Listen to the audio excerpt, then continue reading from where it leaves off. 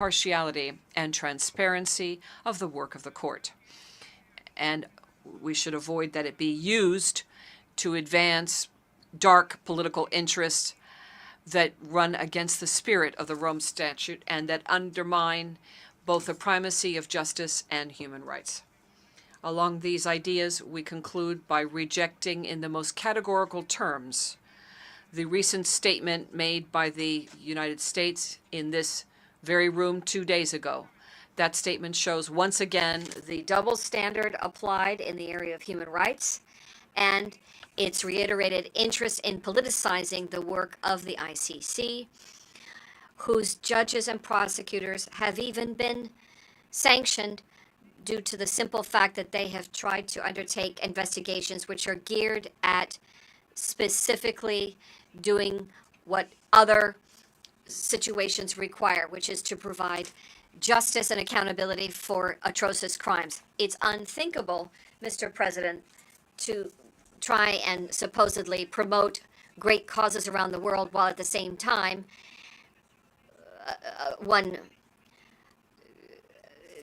chooses to turn a blind eye to the crimes committed by one's own nationals around the world and then continue perpetuating over time impunity and a framework of impunity for the social genocide and oppression of an entire other people. This is not moral, and they do not stand on the moral high ground to make such statements about my country. It's enough to see so much shamelessness by the government of the United States and its satellites. It is time, therefore, to have justice and truth. Thank you very much, Mr. President. I should like to thank the distinguished representative of the Bolivarian Republic of Venezuela, and I now invite the distinguished representative of El Salvador to take the floor.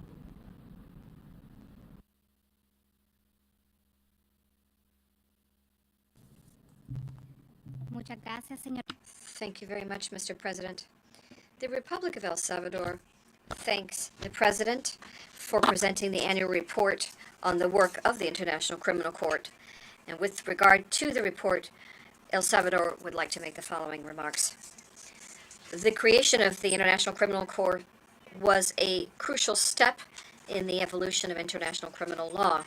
This court reflects the commitment of the international community to guarantee that those crimes that are the most serious for the international community as a whole not enjoy impunity. 25 years after adopting the Rome Statute for the ICC, El Salvador takes note of the work of this important court in international criminal justice. We urge preservation, always, the institution as one that is permanent, independent, and of universal vocation. We further urge respect of the principle of complementarity in national jurisdictions. This principle makes it possible for the ICC to intervene when states cannot or are not prepared to try those who are responsible for serious crimes. In this regard, my delegation acknowledges that complementarity is essential to guarantee that there is no space for impunity and to adopt measures which are key for the protection of witnesses and victims. Mr. President, the relationship between the International Criminal Court and the United Nations is fundamental. The United Nations is the cornerstone of international cooperation, and the ICC has become a key and essential part of that structure. In that regard, my delegation takes note of the presentation of the reports A/78/322 on the work of the court in the years 2022 and 2023. We also take note of report A/78/321 on the expenditures and reimbursements received by the United Nations with regard to assistance provided to the ICC. We take note also of report A/78/320, which contains information which is relevant to application of Article 3 of the relationship agreement between the United Nations and the International Criminal Court. El Salvador encourages the promotion of capacity building in programs for legal reform and judicial reform supported by the United Nations in order to strengthen the institutional capacity and technical capacity of states parties to the Rome Statute, and also to train legal professionals geared to investigation and prosecution of international crimes. Capacity building clearly will make it possible to exercise the vital responsibility of states parties to the statutes to be able to investigate and try those crimes that are defined in the Rome Statute. And then, therefore, we believe it's opportune and very timely, the recommendations set forth in paragraph 71 of the report, A/78/322 in this area. Mr. President, we conclude reiterating my country's commitment to continue reviewing this item of the agenda.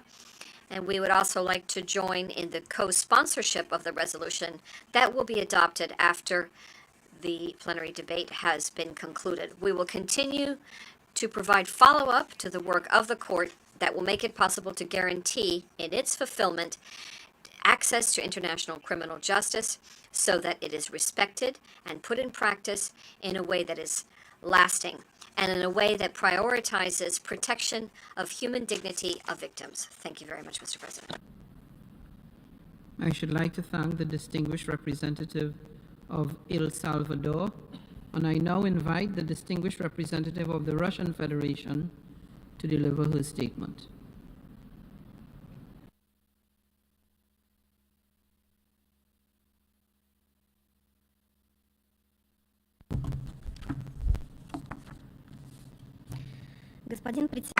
Mr. President, distinguished colleagues, a number of delegations have spoken here in this room about those lofty ideals, combating impunity and equality of all before the law. We support these principles.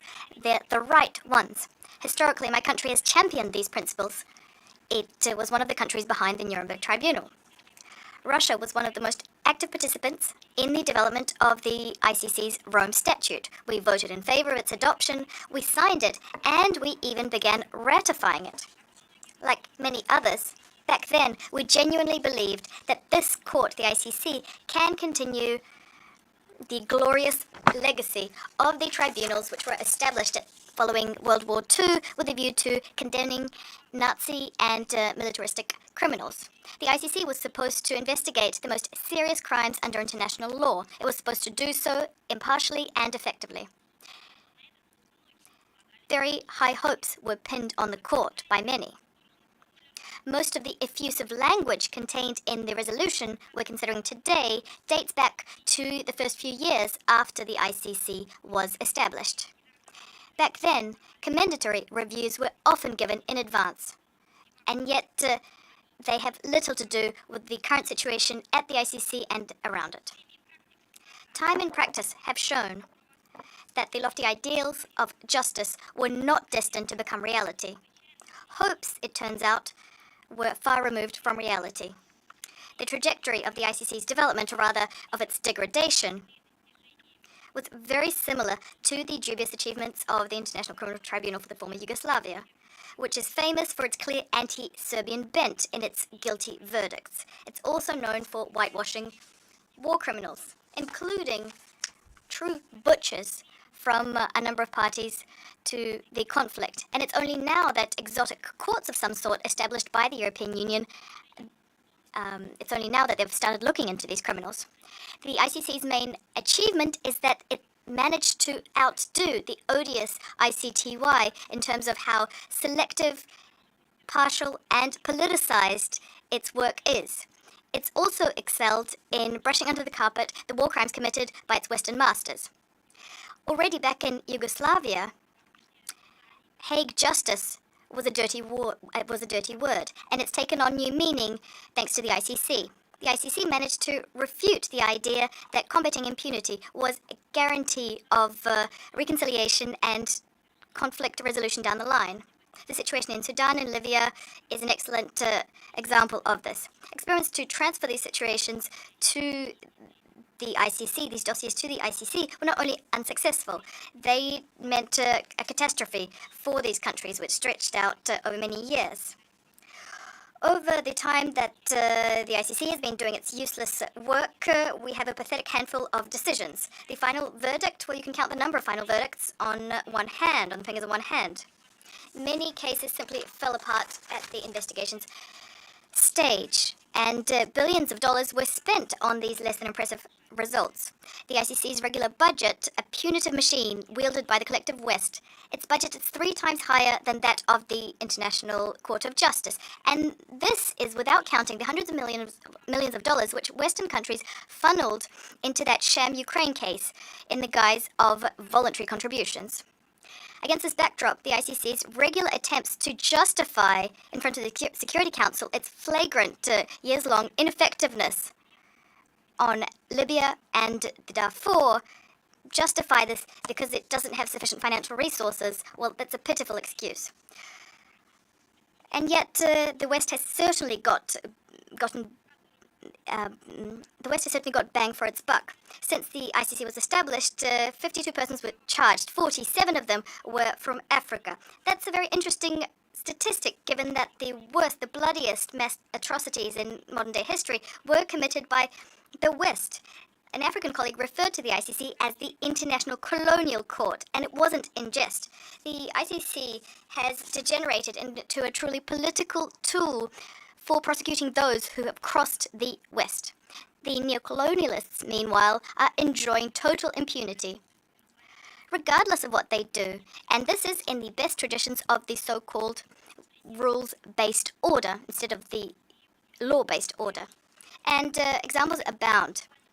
This court and its pet prosecutor, a British national, well, the West simply had to snap its fingers, and the court deprioritized an investigation of civilians dying at the hands of NATO, including women and children. Similar situations in Afghanistan, Libya, and Iraq. Hundreds of thousands of victims, and yet no one is held responsible. That's the justice you get at The Hague.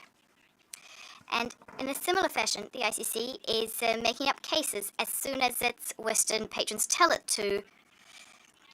For instance, the arrest warrant issued against Mr. Gaddafi, which was cooked up in a matter of 3 days. These were shameful instances. Cases are fabricated against states which are not to the liking of the Western patrons of the ICC. The Gaddafi case was so outrageous that even the test tube wielded by Mr. Powell at the UN Security Council pales in comparison. And yet the ICC did its job. It dehumanized the Libyan leader, creating a fig leaf for the NATO aggression in the country. As a result, the country and its economy lie in ruins. Mr. Gaddafi was killed, and no one was held to account for this. Many perished from NATO bombs.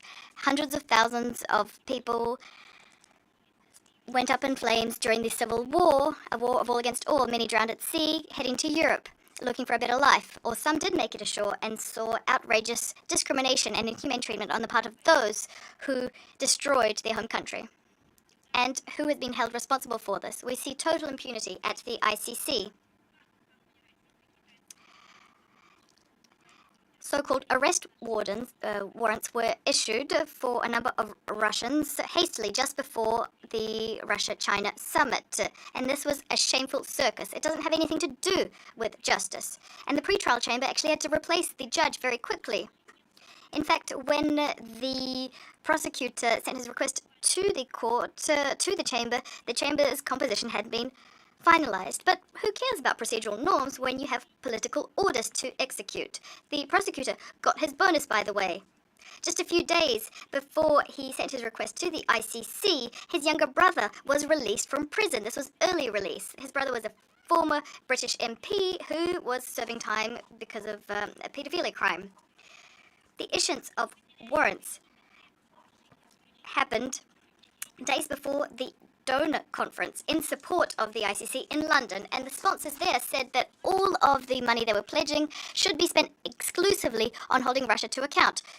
In other words, interested parties are paying for the proceedings they commission. Just think about this.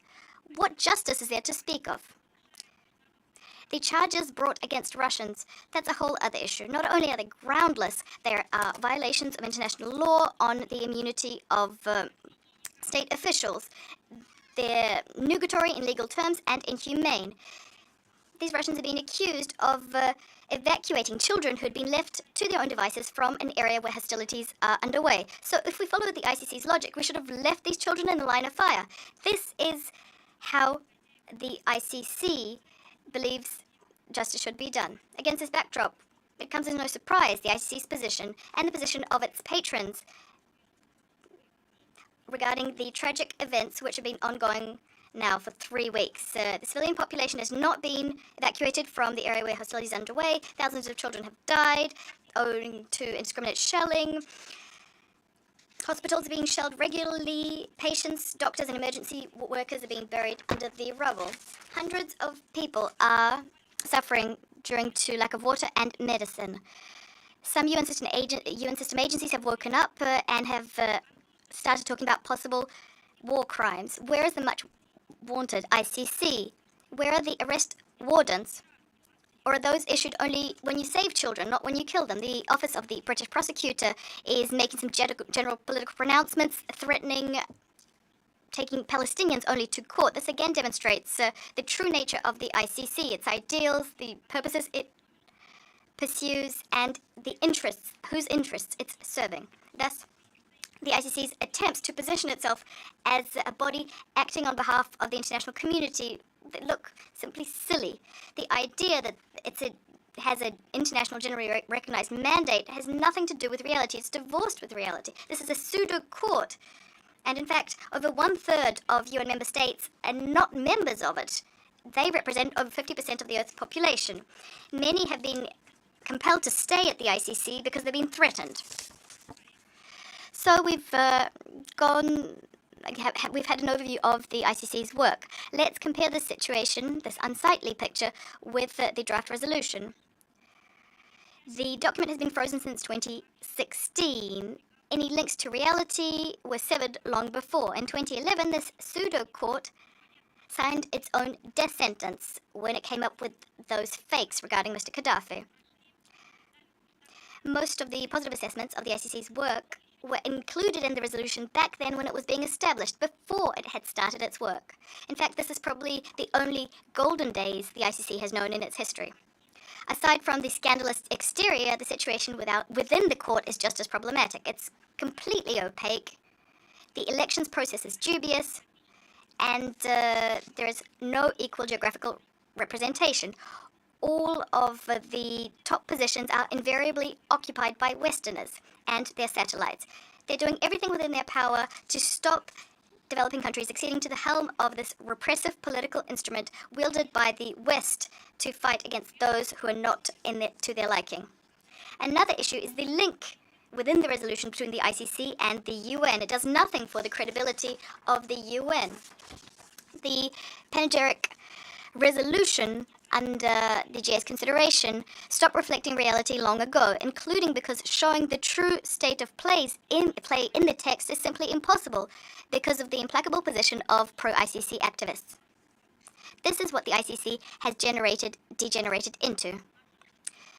And we do not intend to live with this text, even in its frozen form, any longer. We don't want the GA to remain hostage to idealistic views, which have been refuted by reality over the course of the ICC's 20-year decay. We demand to put the draft resolution to a vote. We call on all states which are not indifferent to genuinely combating impunity, who are in favor of equality and the sovereign equality of states in particular, to join us in voting against this resolution. Thank you.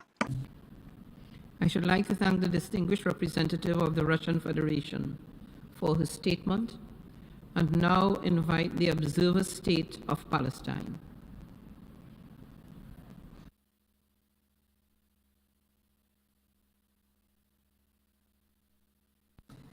Thank you, Mr. President.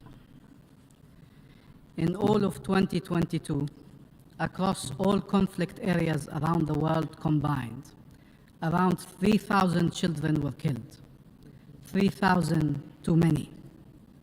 In 3 weeks, Israel killed 3,600 Palestinian children in the Gaza Strip, more than all the children killed in all conflict areas in a year.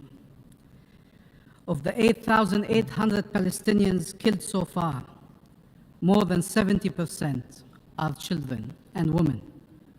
Nearly all are civilians. Is there anyone here, anyone with a shred of humanity and decency, that thinks there is any justification for that? Anyone here that believes these numbers are possible if Israel was not targeting civilians, or at the very least, conducting indiscriminate attacks? The rules of international law came in response to tragedies we failed to prevent. We remember the names of these tragedies. They are the names of towns, cities, provinces, forever etched in our collective memory as open wounds, as stains on humanity's conscience, as reminders of what happens when the worst occurs and the many remain silent. In that list, Gaza's name is in bold. It appears several times. For the decades of military occupation, for 16 years of blockade, for 5 wars, and now more than ever, for 3 weeks, where the Gaza Strip has been besieged and bombed with no regard for the 3 million Palestinians who live there. The international community has failed those who were killed. It is failing the besieged, the wounded, the sick, the displaced. But thousands of lives hang in the balance. They can still be saved. There is no way to describe what Israel is doing in the Gaza Strip as anything else than war crimes. Let me reformulate. There is no way to describe what is happening as anything less than war crimes. If you recognize these acts are committed as part of a widespread or systematic attack against the civilian population, these are crimes against humanity. If you recognize they are committed with intent to destroy in whole or in part a national group, then they are genocide. These are the choices: genocide, crimes against humanity, or war crimes. Which one does any country here wants to try and justify? Is there any country still ready to evoke unconditional support for Israel while it is committing these atrocities, while it is occupying, colonizing, besieging, killing, and maiming? As member states of the United Nations, you pledged unconditional support to the UN Charter, to the rule of international law.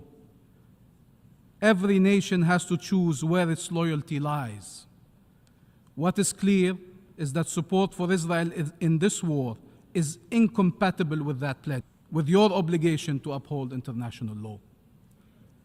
International law, as a leading humanitarian NGO puts it, the humanitarian rule book has been thrown out, and polite pleas from politicians to minimize civilian fatalities are naive at best, and at worst seem blind to the unimaginable horrors already taking place in Gaza. International law is the standard against which all our actions are measured. Condoning double standards can only undermine and jeopardize the credibility and rule of international law. No exceptionalism for Israel, and no exception for Palestine and the Palestinian people. You know how what is happening in Palestine now is possible? One wonders, looking at these images, how is this possible?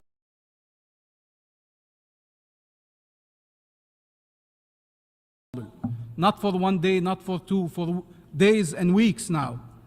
Live on TV screens being broadcasted around the world, massacres taking place.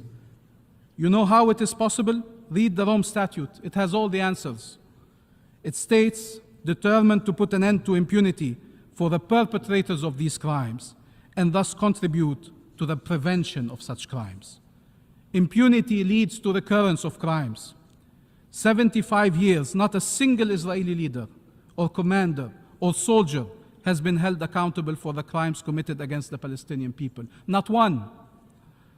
We joined the ICC almost 10 years ago and still await for justice to be delivered.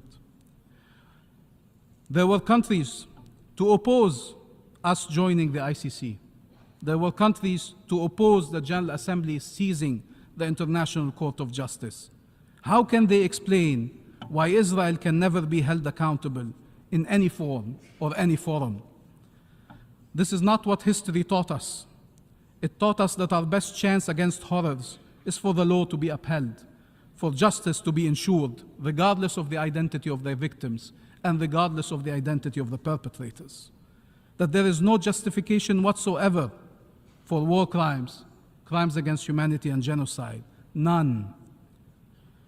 The Israeli permanent representative stood in the Security Council and placed a yellow star on his jacket, evoking the Holocaust, while at the same time justifying the bombings that are killing Palestinian civilians by the thousands, children by the thousands. No one can instrumentalize the Holocaust to justify atrocities. No one. We honor the victims of the Holocaust and all victims by never justifying the killing of innocent civilians, by upholding international law for all. The Holocaust was one of the worst horrors humanity ever witnessed, and with other horrors led us to elaborate the very rules that are being breached today. The Charter, the Geneva Convention, the Universal Declaration for Human Rights. It led us to adopt the Rome Statute 50 years too late and build a court with a universal calling, not for one group against another, but for all humanity. Are we not part of that human family? Are Palestinian civilian lives less sacred? Does anyone here agree with Israel that we are subhumans? During each statement delivered here, every 5 minutes, a Palestinian child is killed. When we say every minute counts, we mean it. It's the difference between life and death for hundreds of people, for thousands of people. Palestinian families have lost 10, 20, 30, 40 of their relatives, killed en masse, several generations at a time. Some have disappeared from the face of the earth. You have families. You have grandparents and parents and siblings and children and grandchildren. Think of them. And then think of a single Palestinian family that have lost all of them, or of the child that survived all of the rest of his family and who has to go through life with that reality. Hundreds of Palestinian families have lost more than 10 members of their family. Nothing can justify this war going on for a single minute. Nothing. We have 2,000 Palestinians under the rubble. We can't reach them. Can't save those who could still be saved, can't bury those who were killed. A mother said she could still hear her child under the rubble. She will never know if he could have been saved or not. She will never know. Never again means never standing idly by while atrocities are committed. It means never justifying such atrocities under any pretense or pretext. It means standing up to them and standing up for those enduring them. The General Assembly adopted a resolution grounded in morality and legality, calling for an immediate, durable, and sustained humanitarian truce, for upholding international humanitarian law and the protection of all civilians, for humanitarian access and aid to the Palestinian people throughout the Gaza Strip, for release of civilians held captive, for stopping and reversing forced transfer of population, for accountability, and for peace. We appreciate all those who voted in favor of that resolution and call on them to spare no effort to ensure its implementation. And we call on those who did not in favor of this resolution to review their untenable position. We appreciate every effort to get humanitarian aid in. We appreciate every effort to allow to save lives. But the only way for us to address this catastrophic situation underway is to stop the assault immediately. We call on the prosecutor who made an important visit to the region in the midst of this unfolding tragedy to uphold his mandate, and all states to help ensure accountability. We need your unconditional support to civilians, including children, to the humanitarian personnel performing in impossible conditions. 67 of UNRWA staff have been killed. Many doctors, many rescue teams have been bombarded. Many hospitals, many schools are under the bombs. There's no safe haven, no safe place in Gaza. People are asked to go south, and the south is under the bombs. 40% of those killed were killed in the south. Don't believe the lies. There is nothing called an evacuation order to protect civilians. Israel has admitted in this memo of the Ministry of Intelligence that the goal was the forced displacement of people outside of the Gaza Strip, outside of Palestine. The same goal pursued over 75 years of experience to know Israeli goals. It is not to protect our civilians. It has never been to protect our civilians. It has always been to dispossess and displace our people. This is an unlawful order. Nobody should justify it. The protection follows the civilians. It's not the civilians who run after protection. They should be protected wherever they are. This order is a death sentence for many who cannot leave where they are. There is no shelters, no infrastructure to receive them. There is not a single safe place in Gaza. We need your unconditional support to the wounded and the sick, to the law, to humanity, to a reality where no Palestinians are killed and no Israelis are killed, where our rights are no longer denied, where families are reunited in life, not death, where we are all able to live in peace and security. Only one path can lead us there. No one should obstruct it. All should help us on it. It is the one we identified when we joined the ICC with 3 simple words: justice, not vengeance. Thank you. I should like to thank the distinguished representative of the Observer State of Palestine for his statement. We have heard the last speaker in the debate on this item. The Assembly will now take a decision on draft resolution A/78L6 entitled Report of the International Criminal Court. For your information, the draft resolution has closed for e-sponsorship. I now give the floor to the representative of the Secretariat. Mr. President, I should like to announce that since the submission of the draft resolution, and in addition to the delegation listed on the L document, the foreign countries have also become co-sponsors of A/78/L6.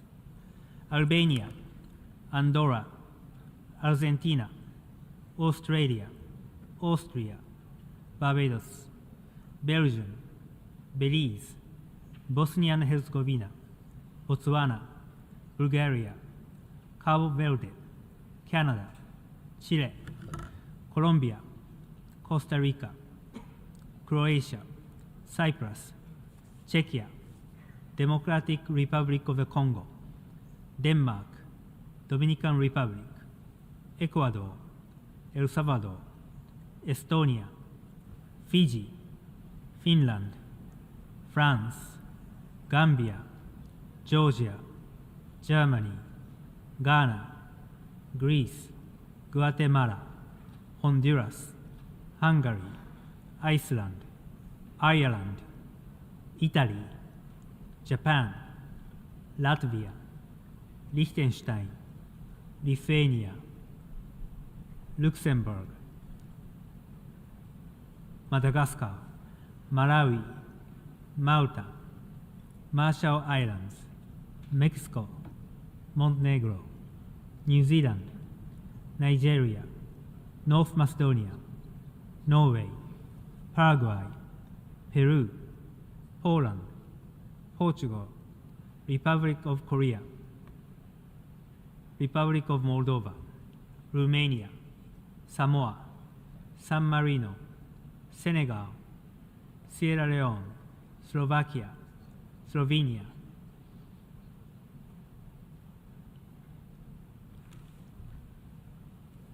South Africa, Spain, Sweden, Switzerland, Trinidad and Tobago, Uganda, Ukraine, United Kingdom, United Republic of Tanzania, and Uruguay.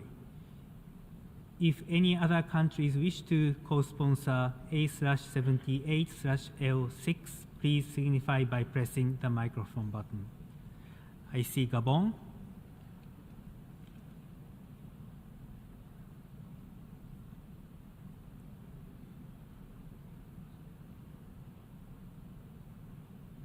If the delegation of Gabon turn off the microphone button unless there is any other change. And I see Congo.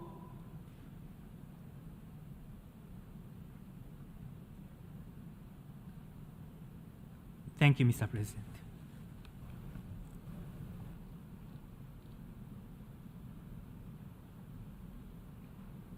I thank the representative of the Secretariat. A recorded vote has been requested. We shall now begin the voting process.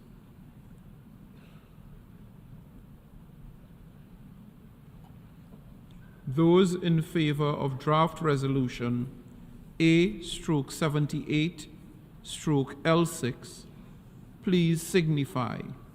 Those against? Abstentions. The General Assembly is now voting on draft resolution A/78/L6 entitled Report of the International Criminal Court. Will all delegations confirm that the votes are accurately reflected on the screen?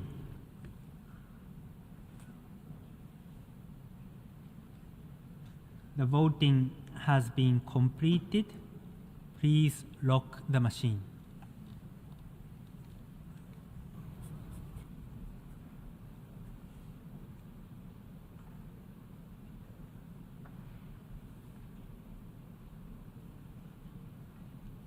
Ready? The result of the vote is as follows. In favor, 115. Against, 6. Abstentions, 31. Draft resolution A/78/L6 is adopted.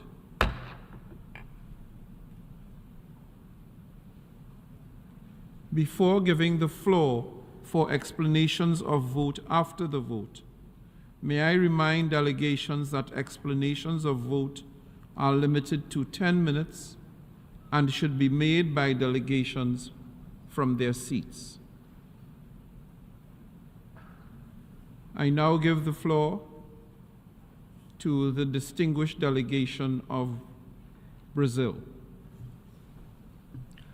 Mr. President, as I mentioned during the debate, the difficulty to achieve consensus for the first time in this annual resolution highlights the need for us to reflect on how we may overcome the current pressing challenges faced by the International Criminal Court, rather than simply disregarding them.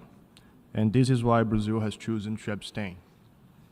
Achieving universal adherence, addressing concerns related to partiality, selectivity, and double standards, ensuring effective state cooperation, fostering coherence within the international legal system, and rectifying geographical imbalances within the ICC's institutional structure are some of these critical challenges. It is essential that the ICC conducts a thorough self-assessment of its current activities as outlined in its annual report, addressing these and other concerns to further its noble mission of ending the impunity for the most serious crimes of concern to the international community as a whole. In closing, Mr. President, allow me to reiterate Brazil's unwavering commitment to international law and international justice as underscored in my remarks during this debate. I thank you. I should like to thank the distinguished delegate of Brazil, and I now invite the distinguished delegate of Israel to take the floor. Thank you, Mr. President. Israel was an early advocate for the establishment of the International Criminal Court. However, Israel has decided to abstain for the reason it has expressed in previous years when it disassociated itself from this resolution. As a democratic state based on the rule of law, and as the nation of the state of the Jewish people, we remain committed to ensuring that the perpetrators of mass atrocities that deeply shocked and conscious of humanity are held accountable. In that context, Israel has already stated that it has launched a national investigation in relation to the barbaric and ongoing crimes committed by Hamas against Israeli children, women, and men in a murderous terror attack that started on October 7th, 2023, and will seek to hold those responsible to account. Thank you, Mr. President. I thank the distinguished delegate of Israel for his statement. I now give the floor to the distinguished delegate of the Syrian Arab Republic. Thank you, Mr. President.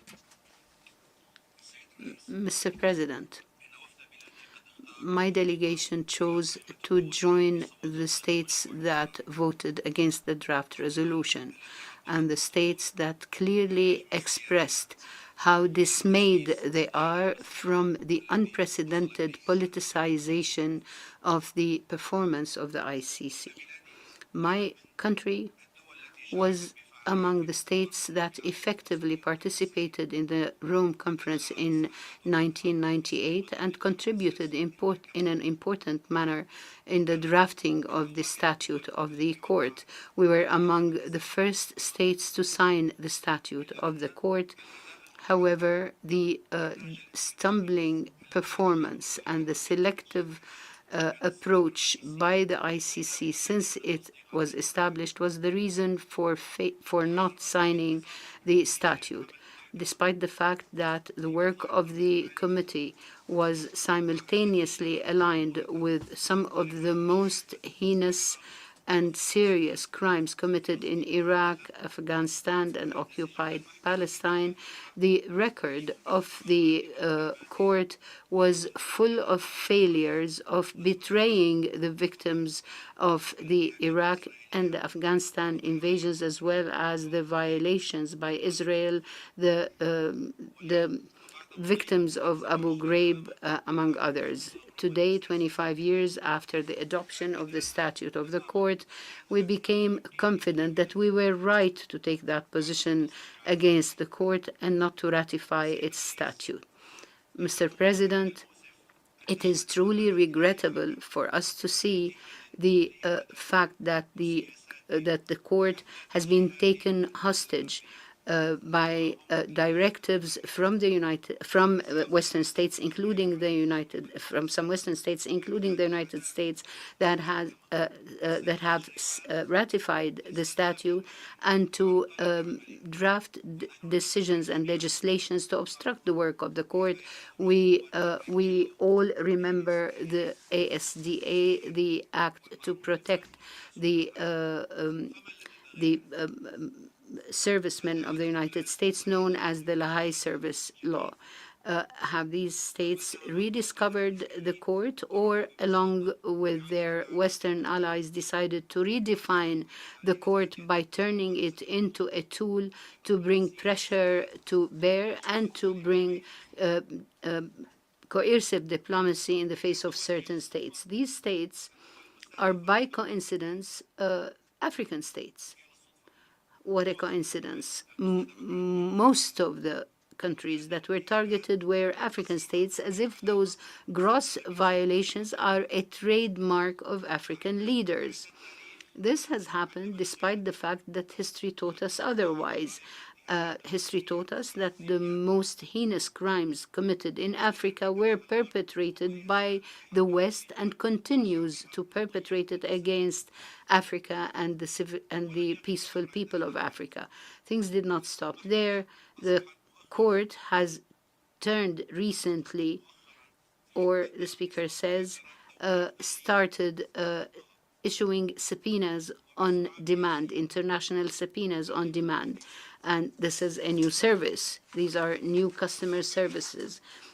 And even if these subpoenas were to face senior officials from non-member states, this is This is against the rules of international law on sovereignty, personal and otherwise, agreed upon by customary law and confirmed by the decisions of the International Court of Justice. In full view of the world and on TV screens, we witness an act of genocide that continues against a whole people in Gaza.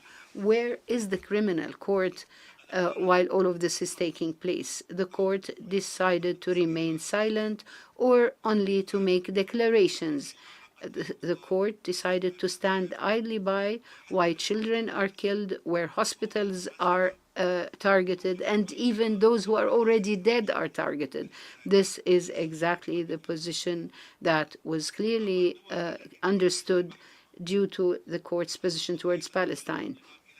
As for encouraging member states to adhere to the court, it would be tantamount to being asked to be partners to the crime and to remain silent while these crimes are committed.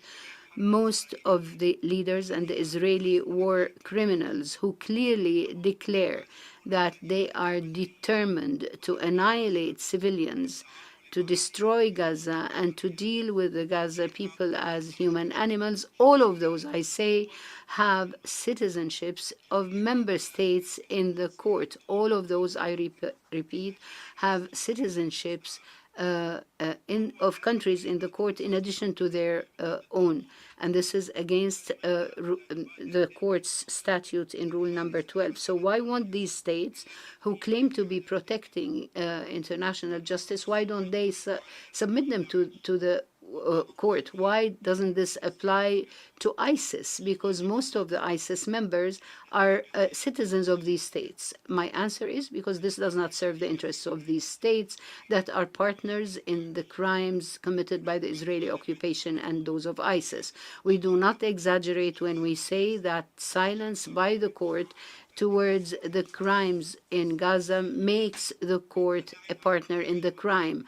And it is a partner because it did not move. It was a partner when it divided the Sudan, in destroying Libya, and in failing the victims of Abu Ghraib, Guantanamo, and Afghanistan. In conclusion, sir, what I said before are not claims. Those are facts confirmed by history. And therefore, talking about the universality of international criminal law, which the court is supposed to be representing, or that is what it was supposed to have represented, is something that includes an exaggeration. We might be better off admitting that the selective performance and the systematic targeting that now guide the work of the court has ridden the concept of international justice from credibility, and therefore we are now with the justice of the victors, of those who took revenge, and those who financed. Thank you.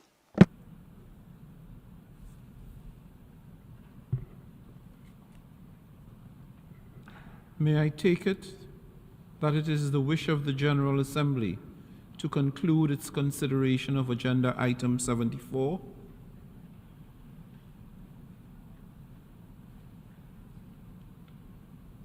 Israel is asking for the floor. The Chair recognizes the distinguished delegation of Israel.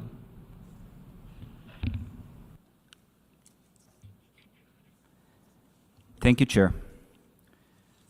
We regret that once again the Palestinian delegate has chosen to exploit this esteemed platform and exhaust its vulnerable time. You ask. Would the delegate of Israel please indicate whether the statement he is in the process of making constitutes a right of reply? We want to have a right of reply, Mr. President. The exercise of the right of reply has been requested.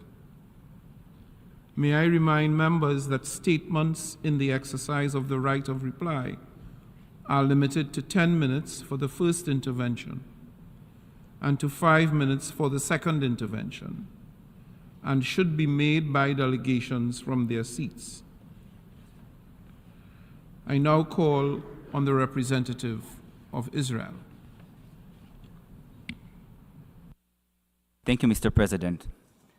We regret that once again, the Palestinian delegate has chosen to exploit this esteemed platform and exhaust its valuable time by sharing misleading information and inflate numbers, seemingly running out of valid legal arguments.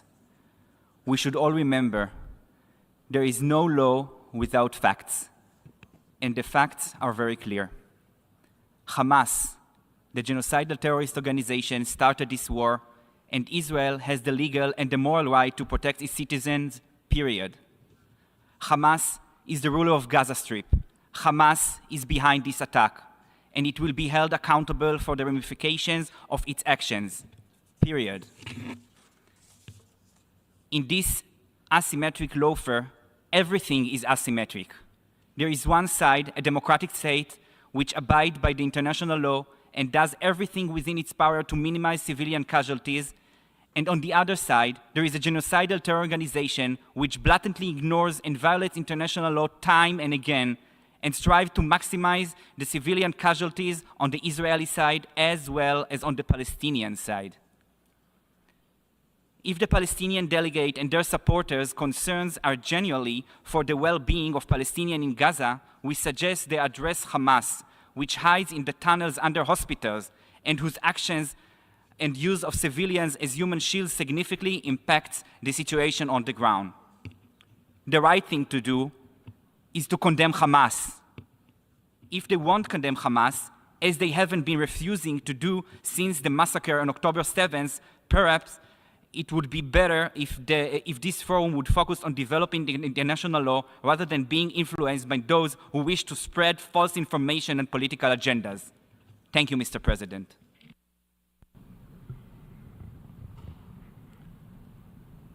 May I take it that it is the wish of the General Assembly to conclude its consideration of Agenda Item 74?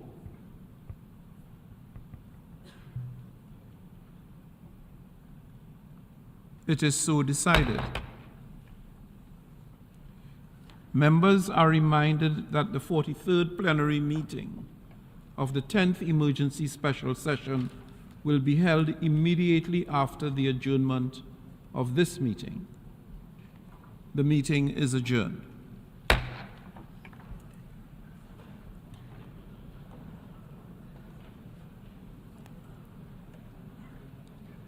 The 43rd plenary meeting of the 10th Emergency Special Session of the General Assembly is called to order.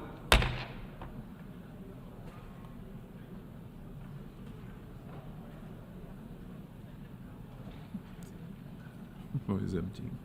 The General Assembly will continue its consideration of Agenda Item 5, entitled Illegal Israeli Actions in Occupied East Jerusalem and the Rest of the Occupied Palestinian Territory, to resume the debate on the item pursuant to the decision taken at the 40th plenary meeting on 27th October 2023.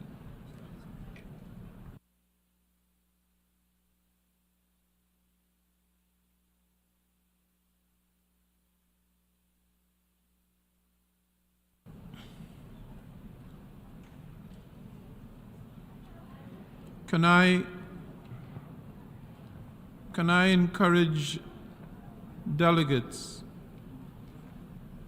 to, if you need to consult, can you do so outside the room so that we can hear the delegates who will make presentations this afternoon?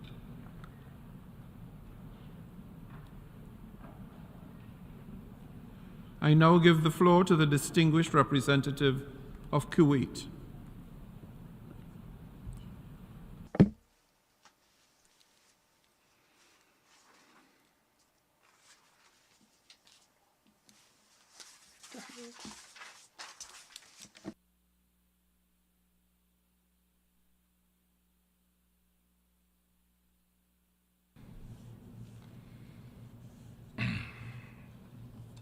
Mr. President, Your Excellencies, the ambassadors, ladies and gentlemen, I would like to salute you using the greetings of Islam, the religion of peace and mercy. Peace be upon you, so is God's and His blessings. Allow me to begin by extending our deep respect and gratitude to the 121 states that honorably stated their position last Friday and decided not to stand idly by while genocide and collective punishment were visited upon our defenseless civilian Palestinian brothers.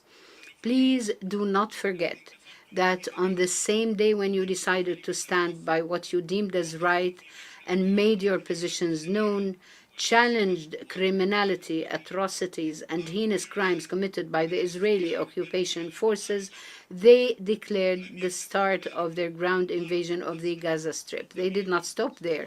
They doubled their strikes and bloodthirsty violence against innocent civilians who were mostly women and children who committed no sin to deserve this fate. Does the world still believe that what has been unfolding is in self-defense? Are there among you those who continue to remain indifferent in the face of an unfolding genocide playing live daily before your very eyes? Do you accept that an occupation entity unilaterally rides roughshod over the rules and principles of the UN Charter, international law, and international humanitarian law?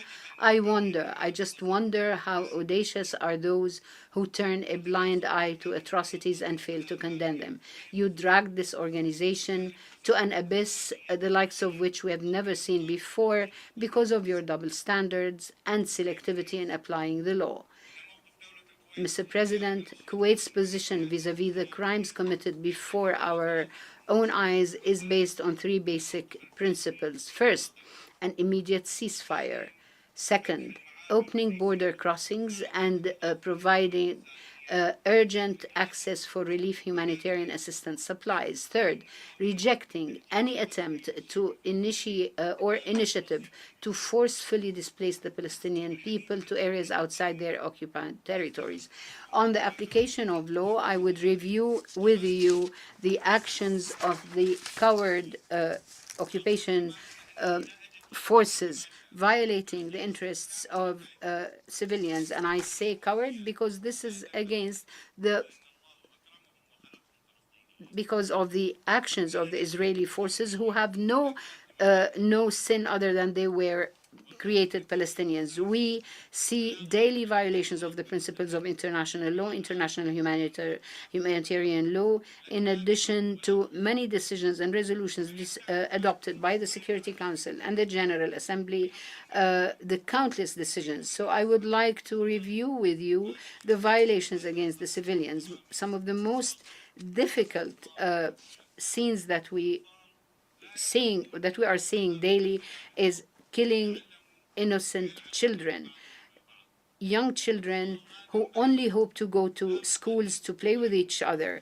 They have committed no crime whatsoever. And I would like to draw your attention here to the statements declared made by Save the Children 2 days ago, to the effect that the number of children killed in Gaza in the past 3 weeks alone exceeded the annual number of children killed all over conflict zones in the world since 2019.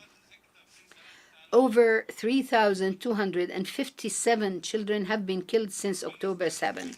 Let's review together some of the resolutions by the Security Council that are daily violated by the occupying authorities for the past 25 days. First, Security Council resolutions 1261 of 1999. It was the first resolution of its kind to be tabled before the Security Council condemning targeting children in armed conflict, forcibly displacing them,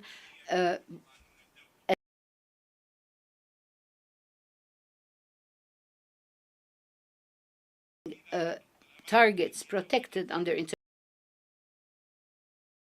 international law, including in areas in which children are present in large numbers. In addition to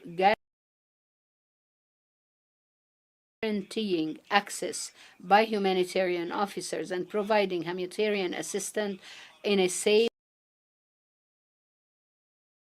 and complete manner without any obstruction to children affected by armed conflicts.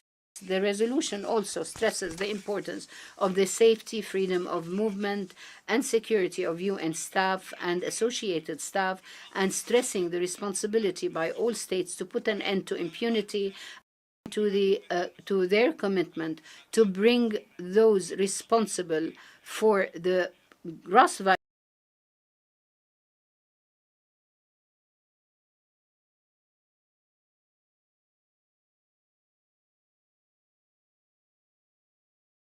Security Council Resolution 1998 of 2011. This resolution condemns attacks against schools and hospitals and obstructing access to humanitarian assistance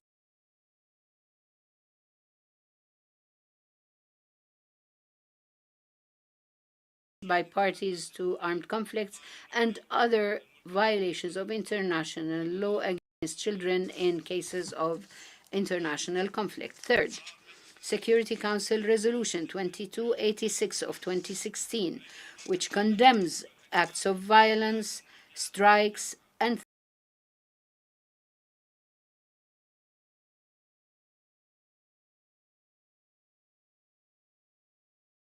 those who've been injured, who are sick, medical crews, and those who provide humanitarian assistance, who are exclusively undertaking medical tasks and against their means of transport and equipment